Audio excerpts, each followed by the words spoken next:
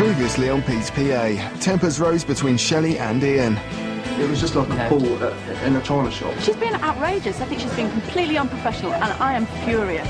Damon and Denise struggle to compromise. It's got to be unanimous at the end of the day. No, I know, but what I'm saying is, express your opinion. Pete and Michael were thrilled and indulged. It's fantastic. I could spend my entire life doing this. And in a shock elimination, both Shelley and Ian were asked to leave the house.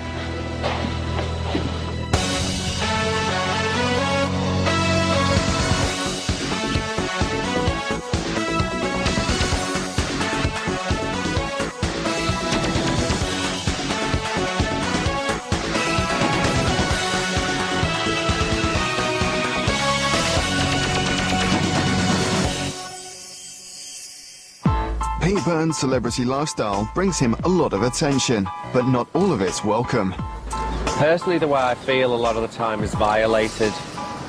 Everybody's got the right to some time on their own, and I know with the job that I do, I'm a public figure, but people should have the sensitivity to realise that he's having a coffee with his boyfriend, it's a private moment. I think there should be there's an intuition. People should know when you're working, when you're on, when you're up for it, but they just don't seem to. They come crashing in really brutally. And I think if someone's rude in that situation, I maintain the right to be rude back. They should be able to have it mirrored back at them. So the PA's got to have very, very good diplomatic skills to convince these people to go away and give me some private time. With Pete's feelings in mind, his advisor Donna Calling is about to introduce the 4 remaining candidates to yet another side of the PA role. The theme for this week's challenge is how to deal with your celebrity clients and tricky situations that may arise in public. Because of Pete's appearance, he gets a lot of attention, and not all of it can be positive. And as his PA, you need to know how to deal with any event that arises. Lucky for you, we have somebody here today to help you understand how to deal with that. Can I introduce to you Andy Lindley from Corsican Associates Limited, and he constantly deals with A-list celebrities. Oh.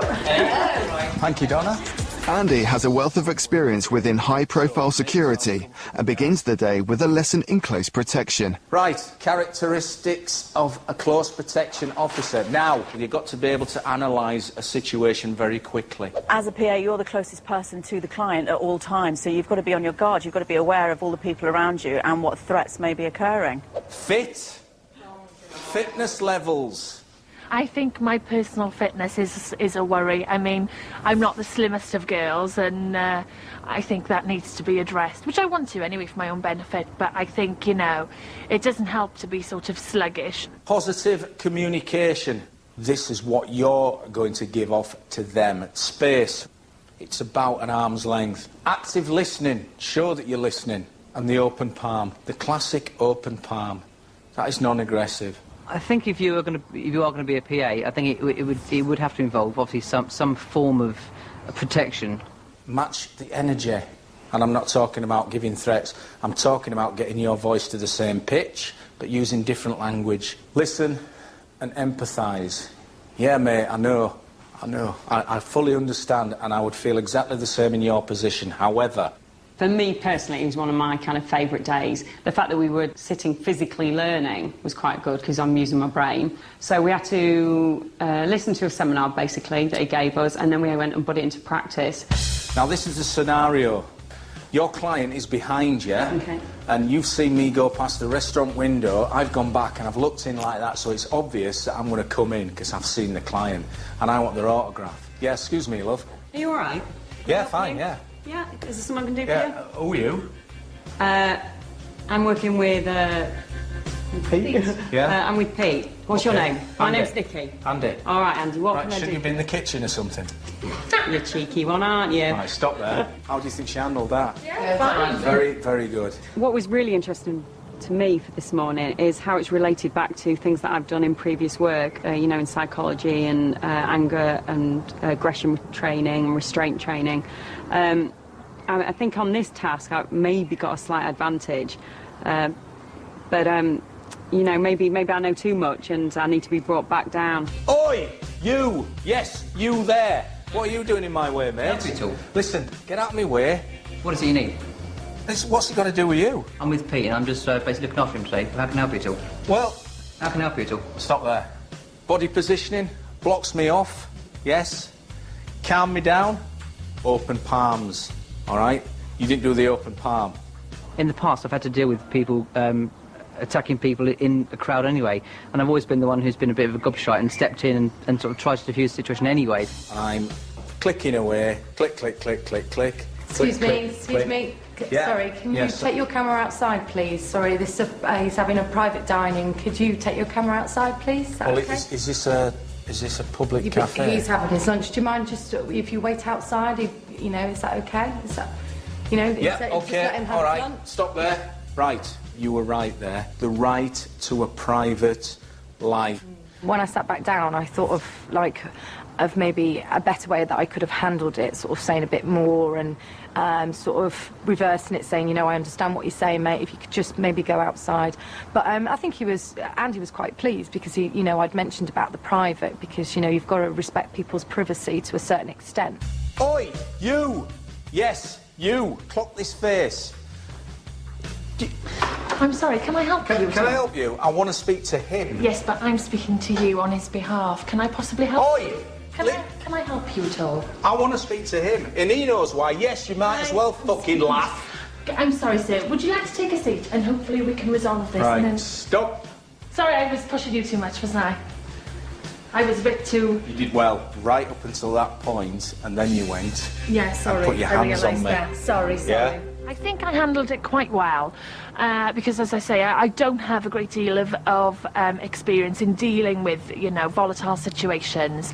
Andy was quite positive up until, I mean, when I actually had physical contact with him. I shouldn't have done that. You will get hurt. Come on, bitch. Come on. No. Stop! If he continues in that vein, she'll shoot herself in the foot. You should have the sanity and the manners not to interrupt us, so on principle, I'm not going to sign a damn thing.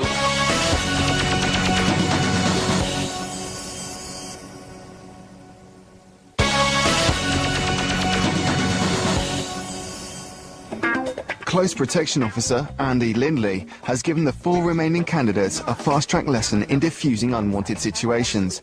It's now time to move into the garden and yet another celebrity scenario. If you look over there, you'll see the vehicle.